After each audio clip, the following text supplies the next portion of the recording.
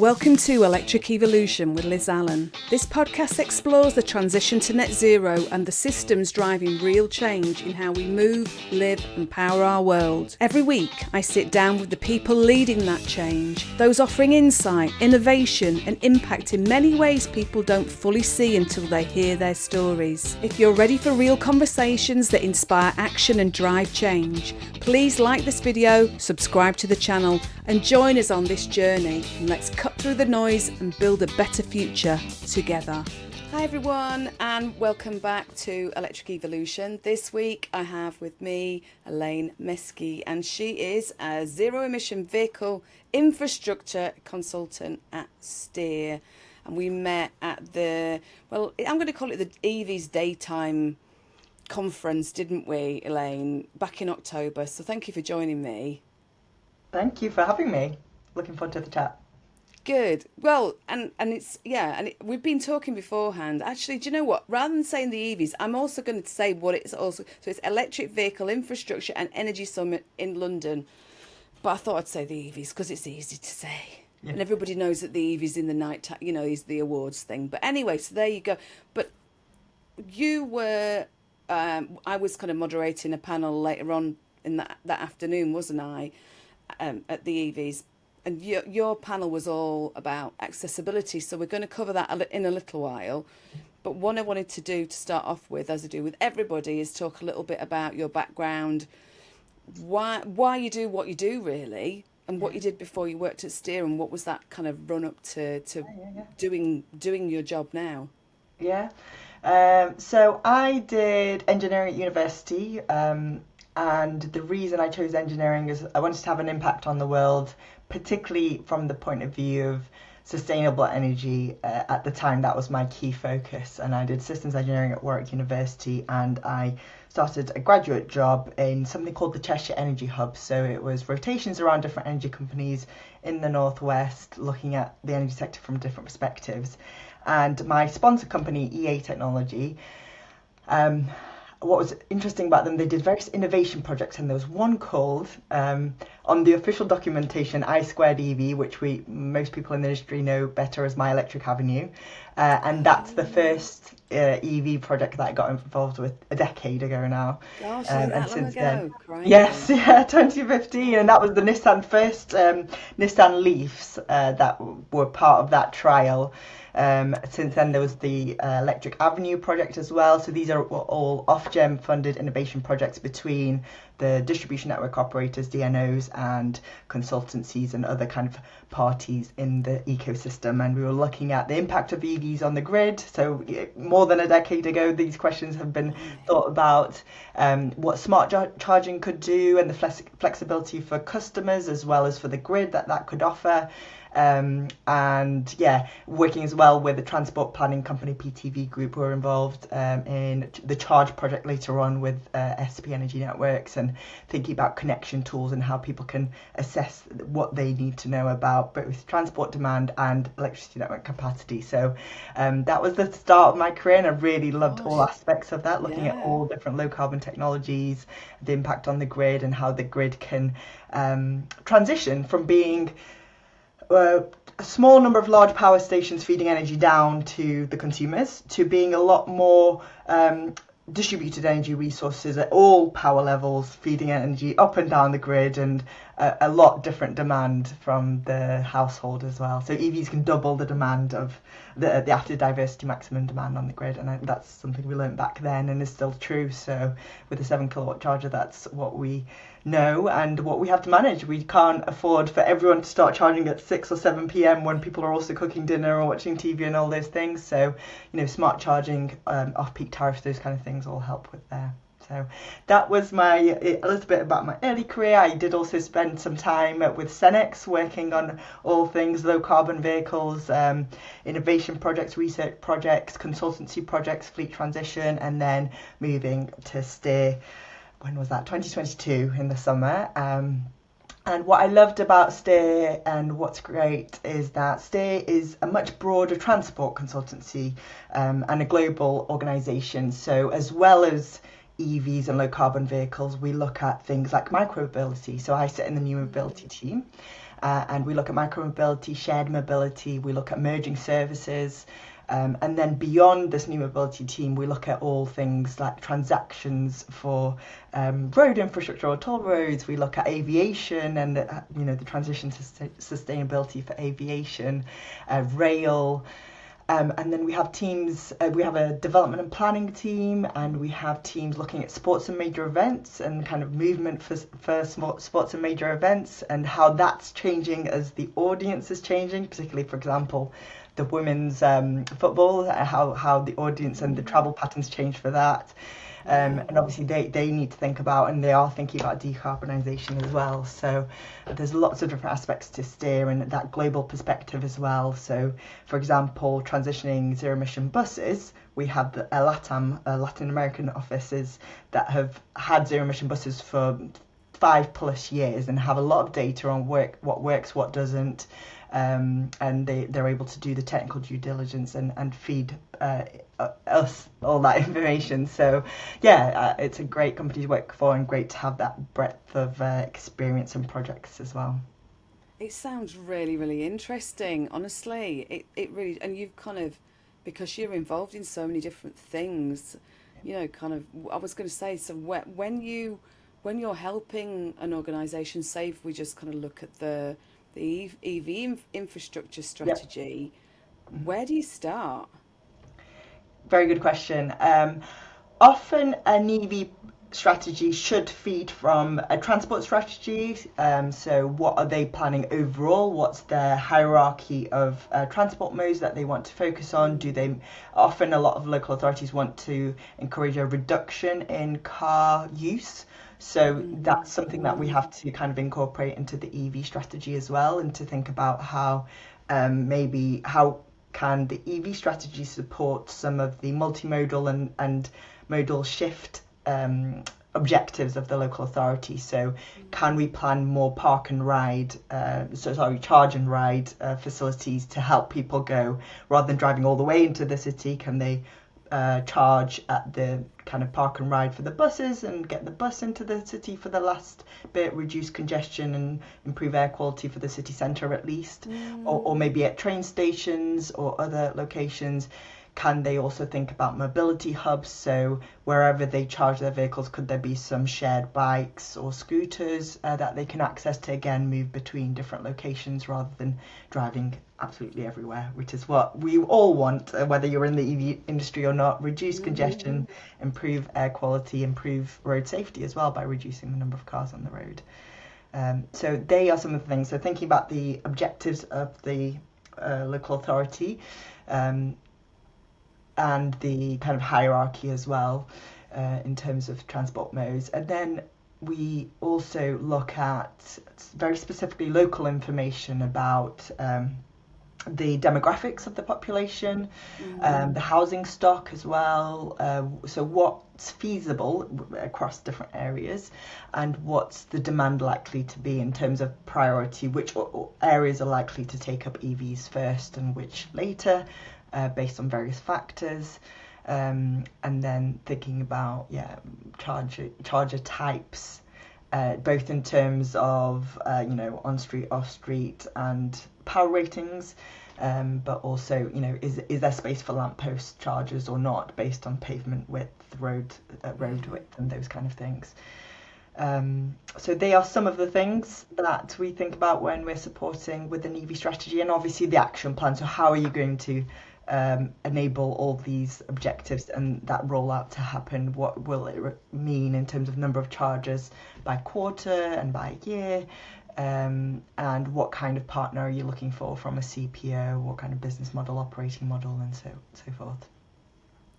Blimey, that is a lot to juggle, isn't it? Goodness me. And I was just thinking, when you were saying about that kind of on-street and lamppost charging, I know that there are some local authorities that are now working that they're putting collaboration in place, aren't they, between the lamppost charging networks and the kind of the channel organisations. So actually looking at, because you'll have and in many streets you'll have a lamppost that's on the pavement on the edge, won't you? Yeah. But some Okay. aren't because they're at the Okay. back.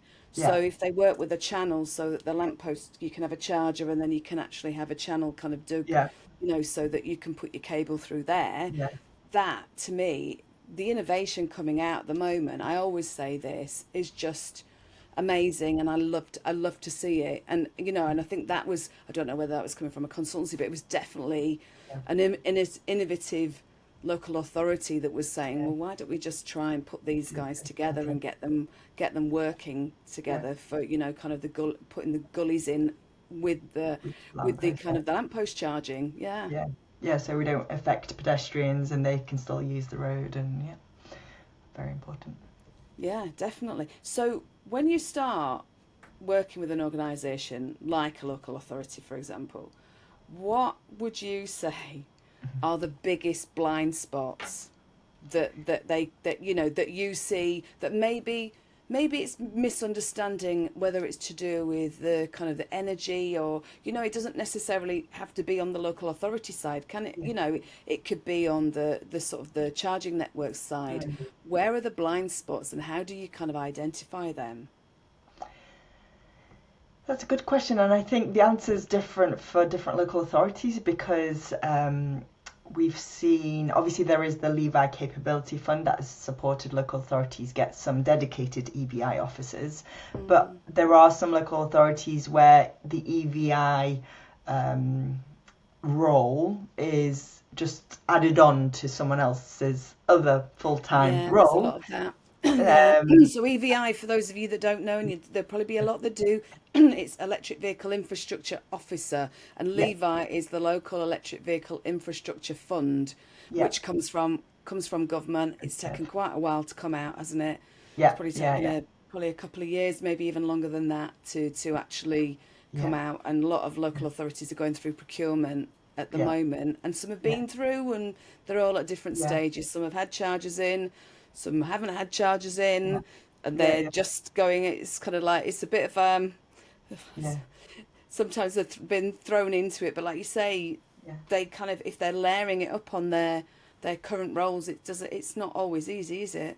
No, no, and that's a good point. So yeah, this is all from the Office of Zero-Emission Vehicles, and yeah, there was two parts to the funding. One, capability or revenue funding, which was to support the staff and the skills and Yeah. any kind of resource requirements for delivering EVI rollouts. And the second was the capital funding for the charging infrastructure.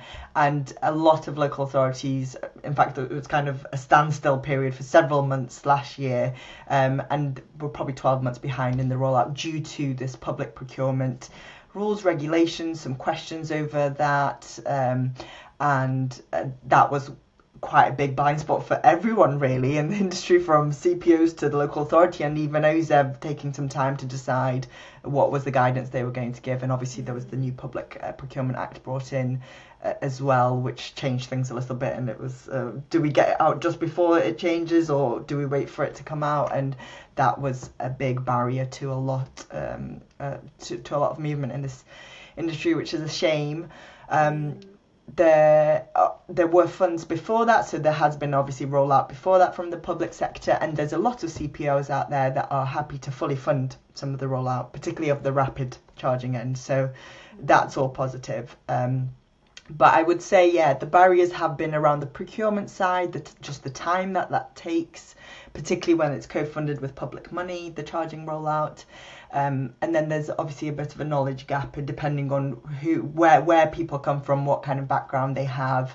The EVI, electric vehicle infrastructure, there is quite a nuanced role here to be aware of the energy side as well as the transport side, and because it is still early adoption, to maybe think about how the demand for the infrastructure might change. So how people are charging right now is not going to be how people are going to charge in a few years' time, just because the population that will be charging will be later. Early adopters who have a driveway will only occasionally need public infrastructure, most of them.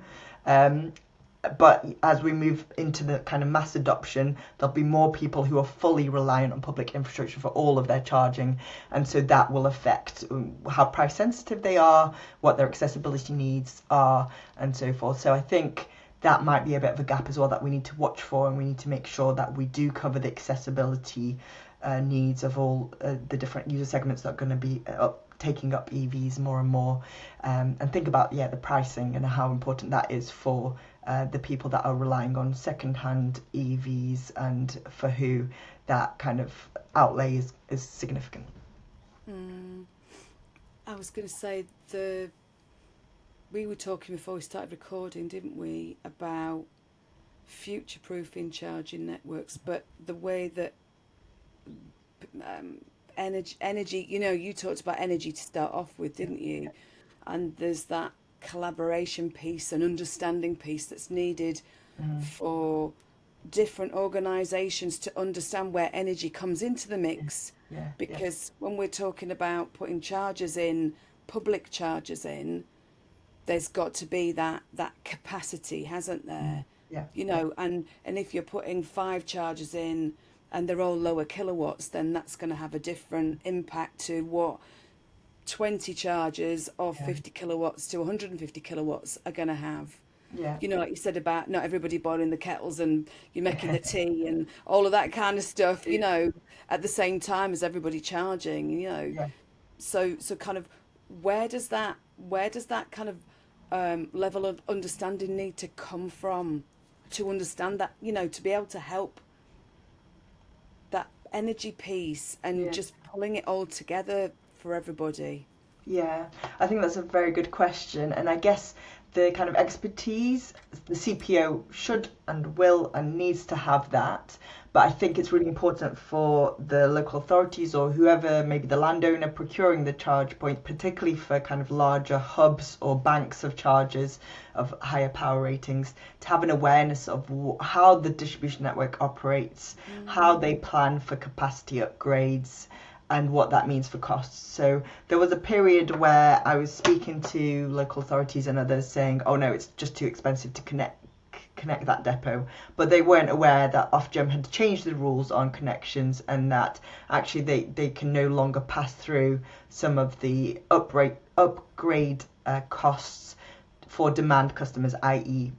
charge point hubs. Now what we see that how that's actually impacted. So it means that the upfront cost in some cases isn't as high as it was, and I'll have to double check this, I think it was 2023, so a few years ago now that rule change came in. But it has resulted in higher ongoing costs for CPOs. So Liz, you'll know as well as I, some of the CPOs talking about how the capacity and standing charges are causing such a massive, hundreds of % increase in the ongoing costs for certain sites. So that is something that, is a huge problem. So the costs are still coming through, but just not in that upfront capital cost. So that is an issue. So being aware that the distribution network operators have these price control periods set by Ofgem in which they have to show how they're forecasting EV uptake and other low carbon technology uptake, like heat pumps are going to be a big demand moving from gas to electric, and solar generation, those kind of things, and how they plan the upgrades of the network. So the network upgrades are planned periodically, regardless of whether you have yet or not put in that connection request. And then based on your connection request, they can plan any additional upgrades that they hadn't accounted for. And they have some money allocated for that. Now, part of the actual implementation problem is there is a skills gap in engineering in particular, and so we need to encourage more people to do engineering, to make sure that there is that resource in those organisations to plan, design and implement those upgrades. And then the other kind of thing to be aware of, so that you can work, if you're a local authority or a landowner, so that you can work with the CPO and the connection providers, is to think about whether you need all that capacity that you're requesting straight away or over what period, and whether your local DNO can offer flexible connections, profiled connections, or something in between now and when you need that fixed connection. So these are kind of innovative offers that different DNOs have, and you can find your local distribution network through the NG Networks Association. So you can put the postcode in for whatever site you're looking at and find who the local DNO is, and then have that conversation of, actually it's a depot and most of the charges going to be overnight, so can you do something for me, because I'm not going to impact your peak demand period in that area, which is in the evening. I won't be charging then for sure. So can you offer something different for me? So just that awareness, if you want to do some of the pre-work before you go out to procurement, will help as well, and may offer new solutions that are cheaper and better. No, but I like what you're saying about the DNOs, because I don't think enough people, I don't think even I don't understand, or the nitty gritty of kind of the energy side of things. And like you said, you can always, you said to me before, didn't you can always get a connection. It is just time and cost. Yeah. So this kind of misconception of people saying that the grid isn't capable, there's already an analysis going on, isn't there? There's been an analysis, because it would be ridiculous if the DNOs and the energy sector weren't looking and analysing forwards, especially because they know more people are going to move to electrification, no matter what, like you said about kind of heat pump. And for us, so we've not got any gas anymore. We're kind of all electric, and we've got a heat pump and solar panels and battery and car EV and stuff like that, so but it wasn't a difficult thing. For us as consumers trying to understand what the DNO needed, we kind of had most of that covered, especially when we're talking about the heat pump, because the heat pump was the thing that took kind of took most of the power. But actually the heat pump company did most of that. It was just I think we got like a survey or a question that came through that came to us rather than going to the heat pump company. And me and my husband were like, well, I don't know what this is. So but they were able to manage that, and I think it's just that facilitation, because different DNOs ask different questions. So I suppose it's kind of like getting the DNO to put it in consumer speak as well, isn't it? So you can understand it, but it wasn't a horrendous piece of work. It was just they had to make sure that what was going on with the heat pump and everything, did we have enough power, could they manage that, and then it was just a quick check and it was sorted. So it's a fascinating world, and changing all the time as well. So there's constantly kind of consultations and working groups to think, how can we do this better, from Ofgem, which is the regulator for the electricity networks and the gas. There'll be changes in how, for example, charges for the electricity costs are delivered, and what's accepted in these price reviews, and what they have to present in their business plans for the next 5-year period. So it's hard to keep on top of everything. But I was gonna say, just going back to what you were saying about standing charges, and I know for all of the charging networks who've got public charging, I mean, this is going to make you go grey. If you're not grey already, it's going to make you go grey, isn't it? Because haven't they gone up by something like 600% in a very few years? Have you got any thoughts on the reason? What are the reasons for that? I mean, and how did anybody think that putting up costs like that was sustainable? So it's quite a difficult thing. So initially it was that you would have heard that to connect this site is going to be millions of pounds, which meant that you had these black spots across the country where we're not connected because it's too expensive. Since that, I believe it was called the Targeted Charge Review, came into force, they couldn't pass on that cost of the upgrade to the person connecting. That was socialised across everyone, But obviously that money doesn't, it needs to come from somewhere, and that was then brought through in those bills for the site. So I believe that percentage is different based on where you are.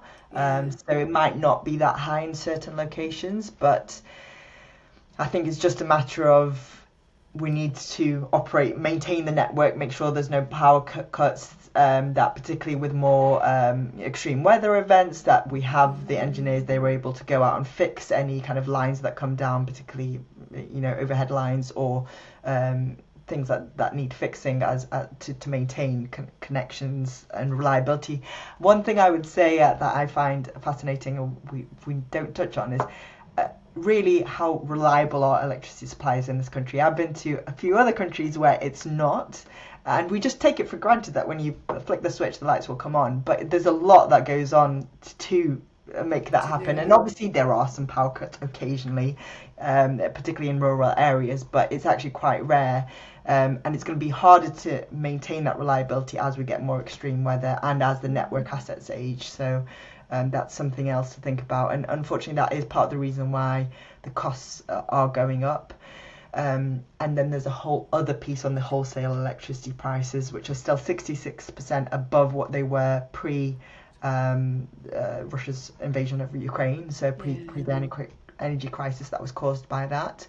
And some of the highest in Europe as well. So I think there's again some review and consultation happening about what can be done about that, because that is one of the other significant causes of the high prices, and particularly the disparity between public charging and private charging, because private charging, we have the price cap. There's no price cap on wholesale electricity for public, and we know other things like the VAT difference, so 5% at home, 20% in public. We did a study, we looked at 3 other European countries. In all 3 European countries, the public and private VAT was the same on electricity.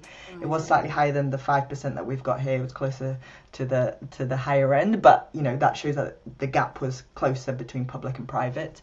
And there's some other charges on charge point operated CPOs, like the climate change levy. They have to pay that tax for electricity, even though they are supporting the transition to so it's a bit counterintuitive why, and obviously there's lots of Charge UK did a great white paper to show the impact of that, and to campaign and lobby for the fact that they shouldn't need to pay that.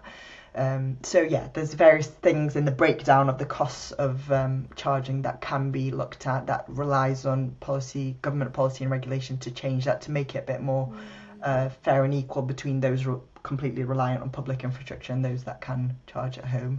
I was going to ask you as well about, so I know that Greg Jackson, the CEO of Octopus Energy, has been talking for some time about decoupling gas and electric, the prices of gas and electric, because they're at the moment they're coupled, and I don't know how that looks throughout Europe or the rest of the world or whatever, but what have you got any thoughts on that? Will it do anything to the price that we're currently paying for electricity? Yes, it would, but I don't feel I have the expertise, because electricity pricing is such a difficult topic, and I've tried to get a bit closer to it. Cornwall Insight are a great organisation to kind of get some expert insight into that topic. So energy pricing is not something that I'm close to. It would definitely have an impact, but I think what we have to be careful of is the unintended consequences of something like that. So and things like dynamic pricing that can lower the cost in certain periods, but then greatly increase the cost in others. So that's what I'm not sure of, and I'd have to rely on someone else to kind of give a more expert view on that. But it definitely needs to change, because it shouldn't be as expensive as it is. We have a lot more renewable energy, wind energy being generated in the UK every year, every month. So we need to be able to capitalise on that cheaper energy than the wholesale prices across the Because globe. it absolutely gobsmacks me in a way that, and I know this from working with kind of high trans earlier on this year, kind of like the Highlands, they're kind of like the Highlands Transport Authority, and they kind of work on behalf of a number of the Highland councils up in the wilds of Scotland. So we're talking, really, really far up the country. And I think, if I'm right, they pay probably the highest energy prices, even though they've got the most wind Yeah, turbines yeah, up there. yeah, And it just seems ridiculous because I think there's yeah, some rule or law that says that they've got to export quite, yeah, a large proportion of what the energies, the energy that's made. And yeah, it just feels like this kind of like this disparity, and we're not, yeah, if we yeah, talk about inclusivity, it's not yeah, really inclusive, is it yet? yeah, yeah, yeah. And I think one thing I read about that locational pricing aspect is if that was removed, then yes, it'd be a lot cheaper in Scotland, but it'd be very expensive in the cities where obviously they're Mm. net importers. So I think, yeah, that's again the unintended A hard consequence one. potentially. Yeah, it's very It, difficult. Yeah. yeah, it is really a hard one, I suppose. And if we kind of talk about policy, because you've been quite close to sort of the policy side of certain aspects, what are the main policy elements that are changing things at the moment in the work that you're doing, or what would you like to see policy changes to kind of introduce or Yeah. expand on even? Yeah, so I think definitely something around the energy sector, or quite a few things that need to happen in the energy sector, and Mm. hopefully, there's been campaigns ongoing for some time on some of those aspects, so we might see some shift there.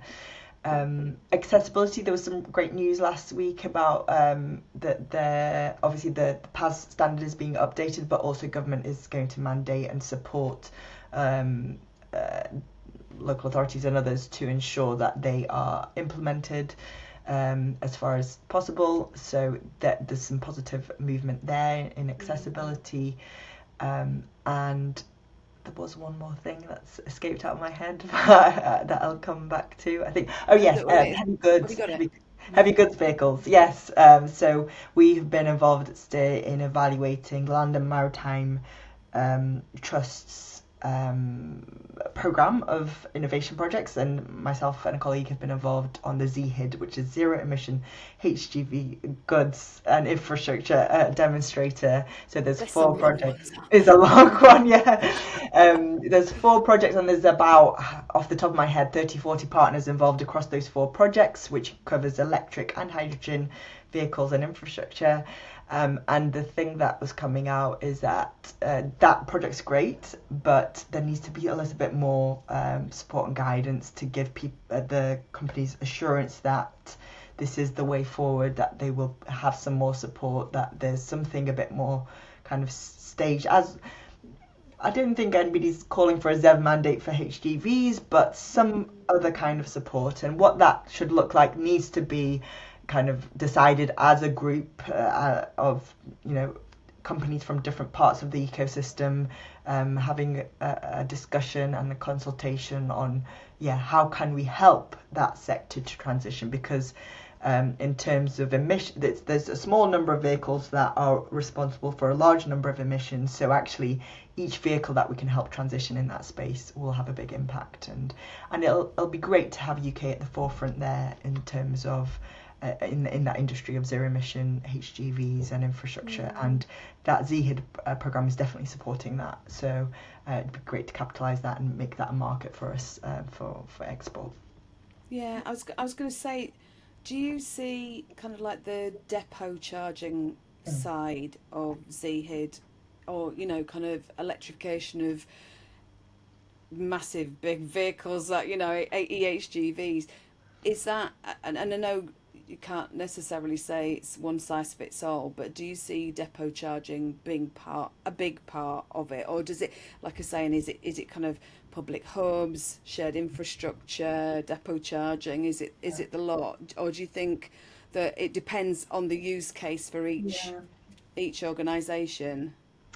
Um, I think probably the latter. I think depot charging is definitely the first step that a lot of organisations are taking. It's easier than working out the public infrastructure, and the easiest segment to transition is the back to base type vehicles. So that lends itself to depot based charging.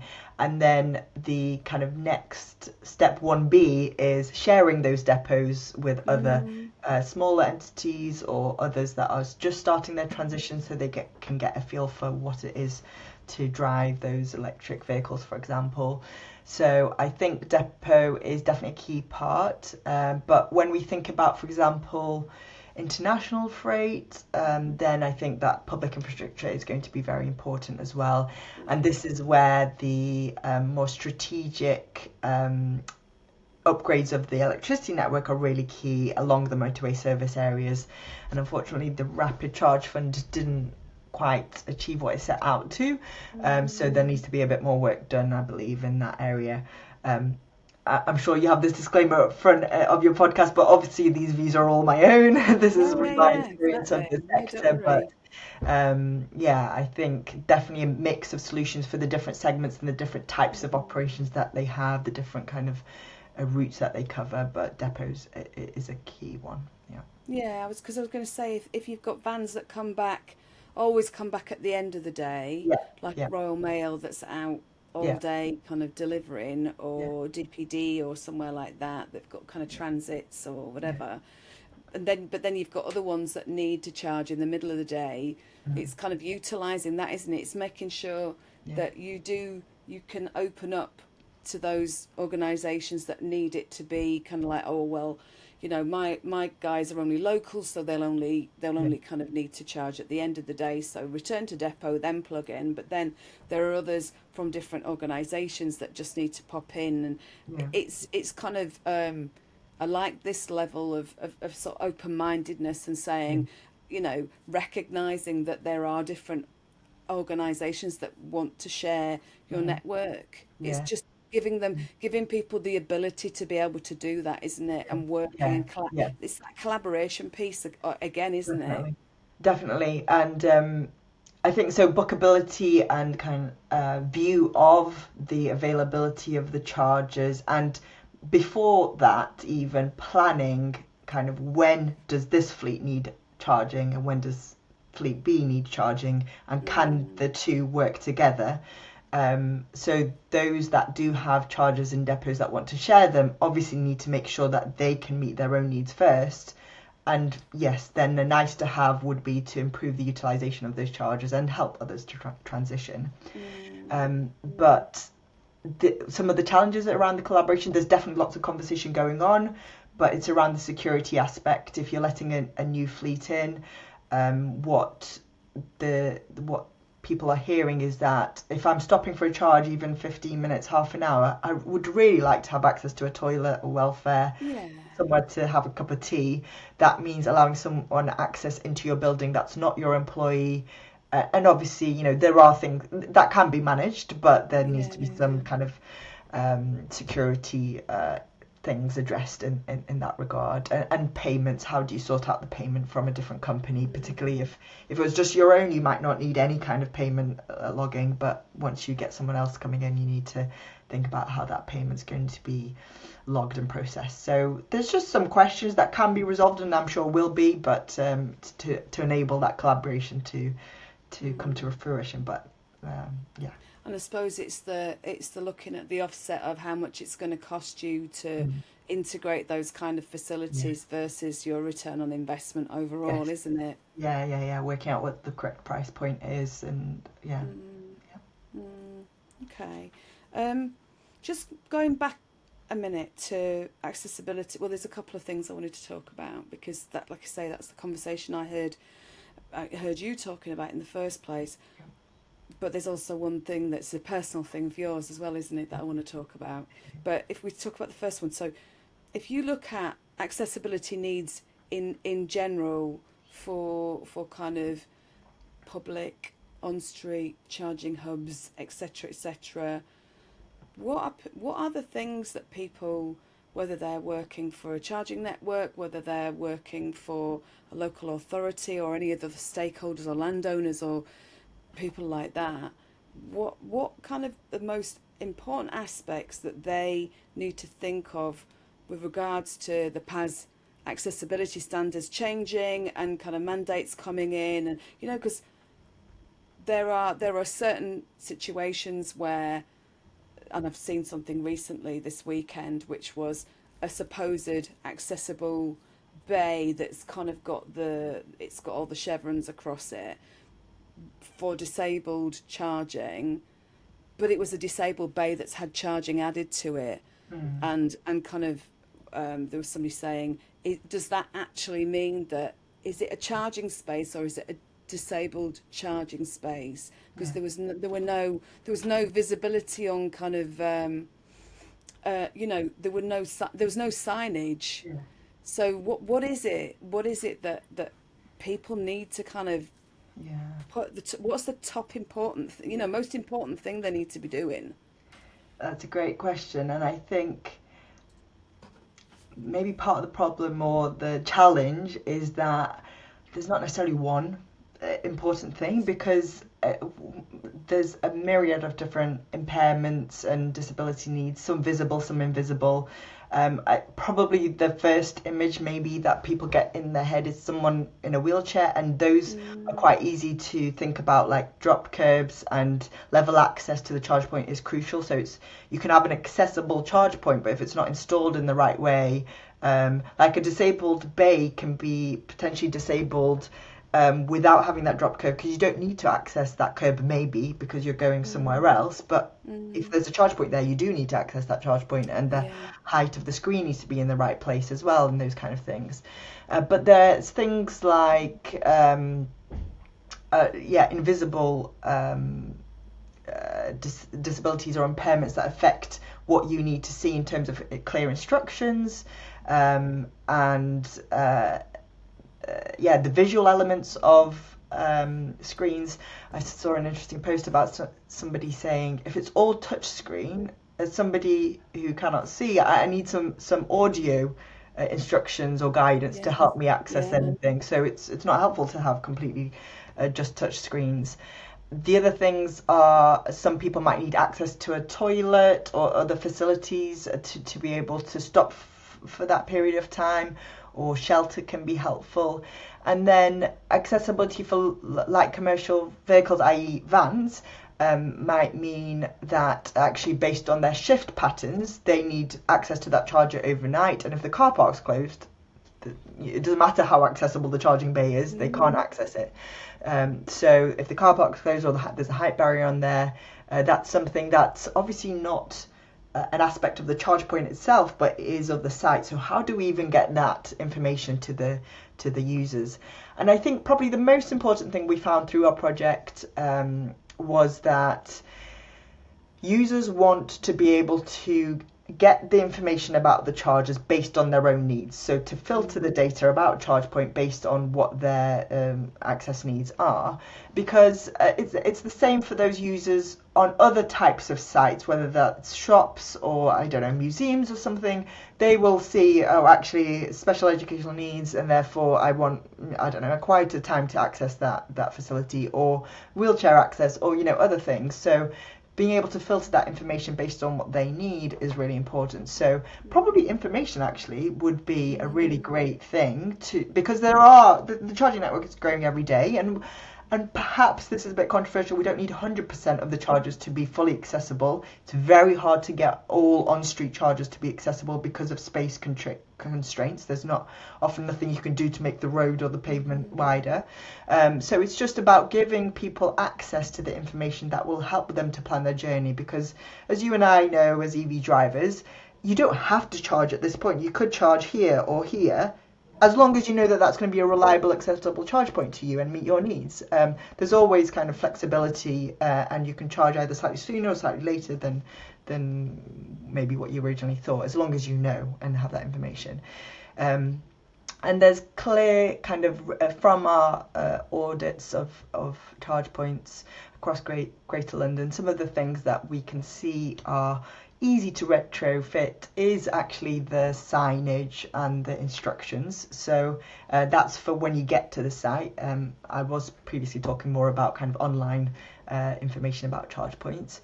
So I think there's some quick wins that can be done on the existing infrastructure. And then I think probably to answer your original question, for kind of future rollout, it is probably thinking about the dimensions, the access, because they're the things that you can't change afterwards. So and that you always need. So thinking about wheelchair accessible vehicles and vans, you need to meet those needs somehow. So making sure you have a proportion in each area that are accessible to those, I think would be a key thing.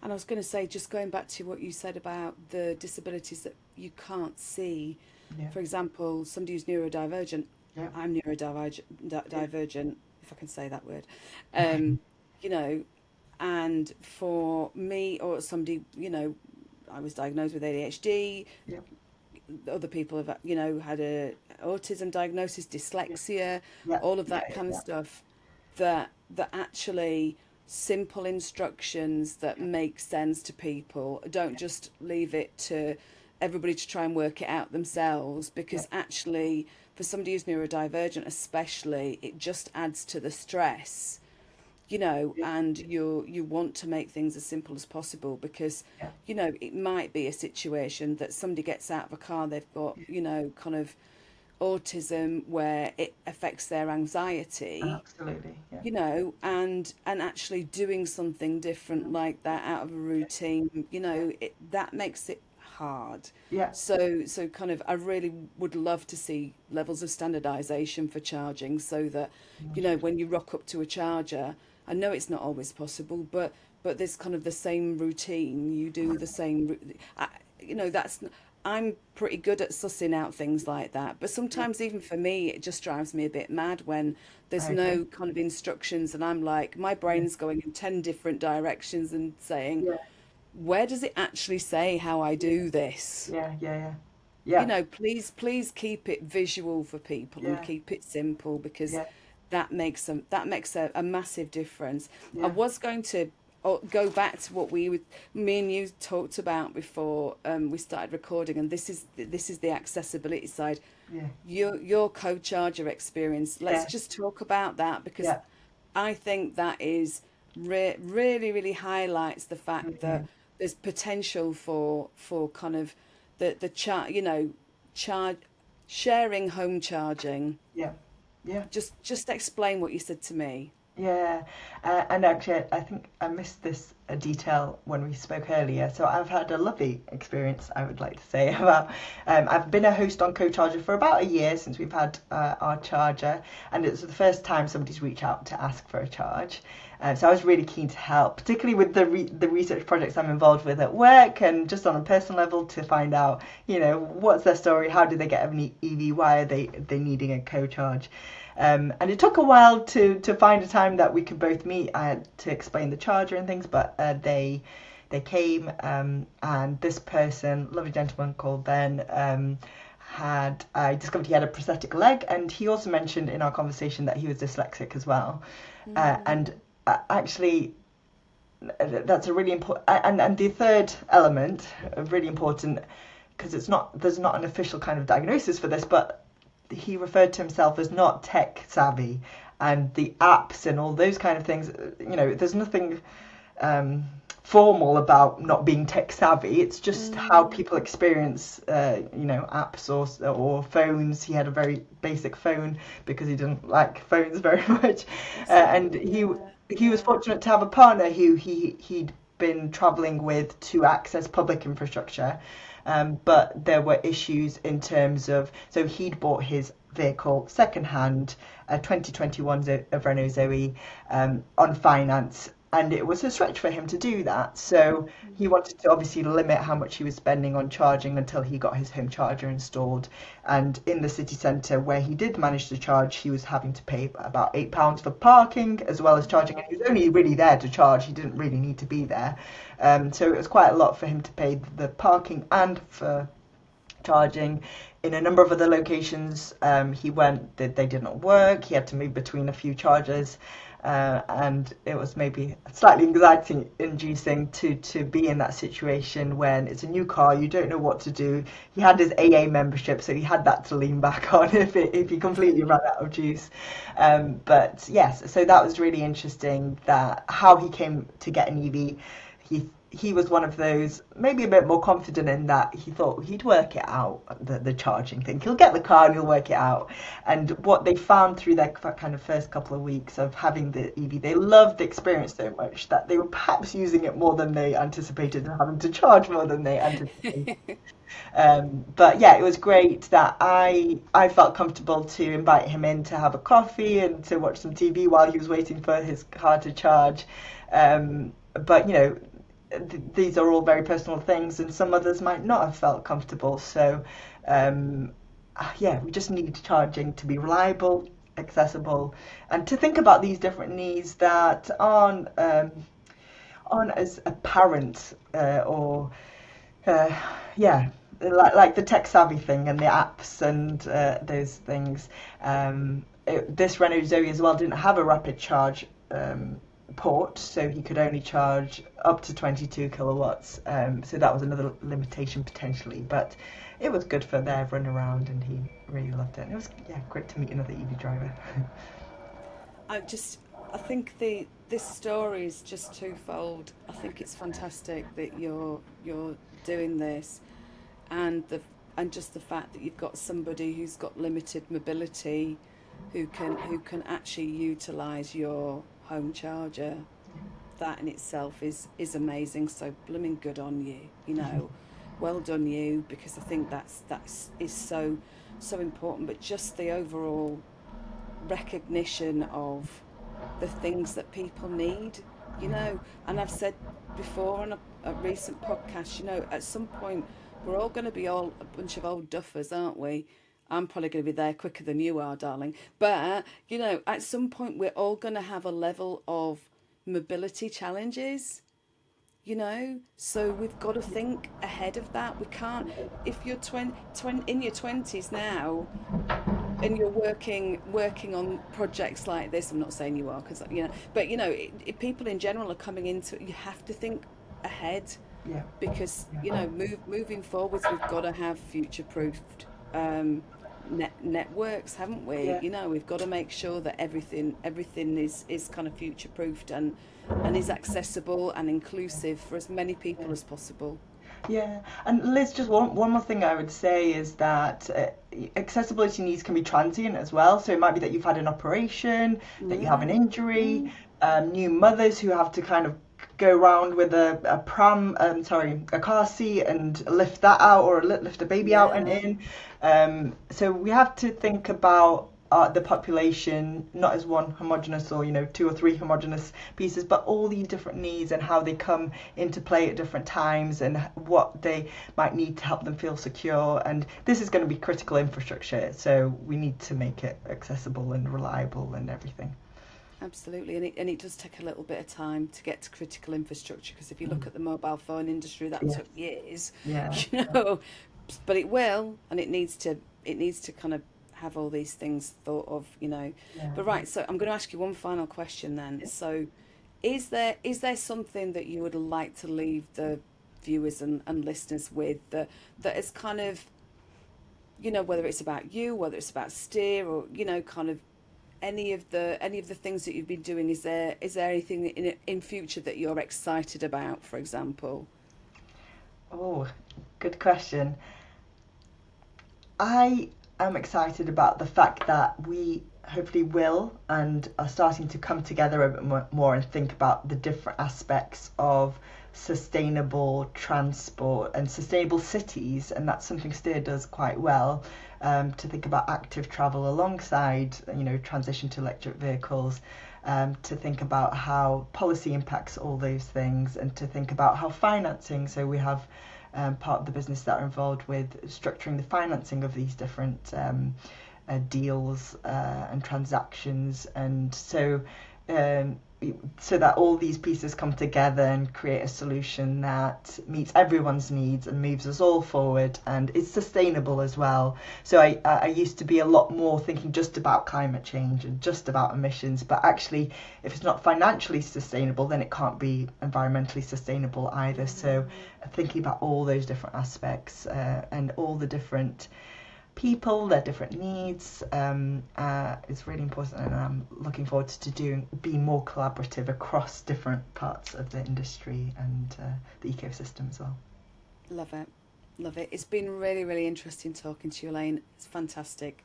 I really, really appreciate your time, and I know that everybody will have taken so much from this conversation. So thank you ever so much. It's been a lot of fun. Thank you very much. Yeah, thanks, Liz.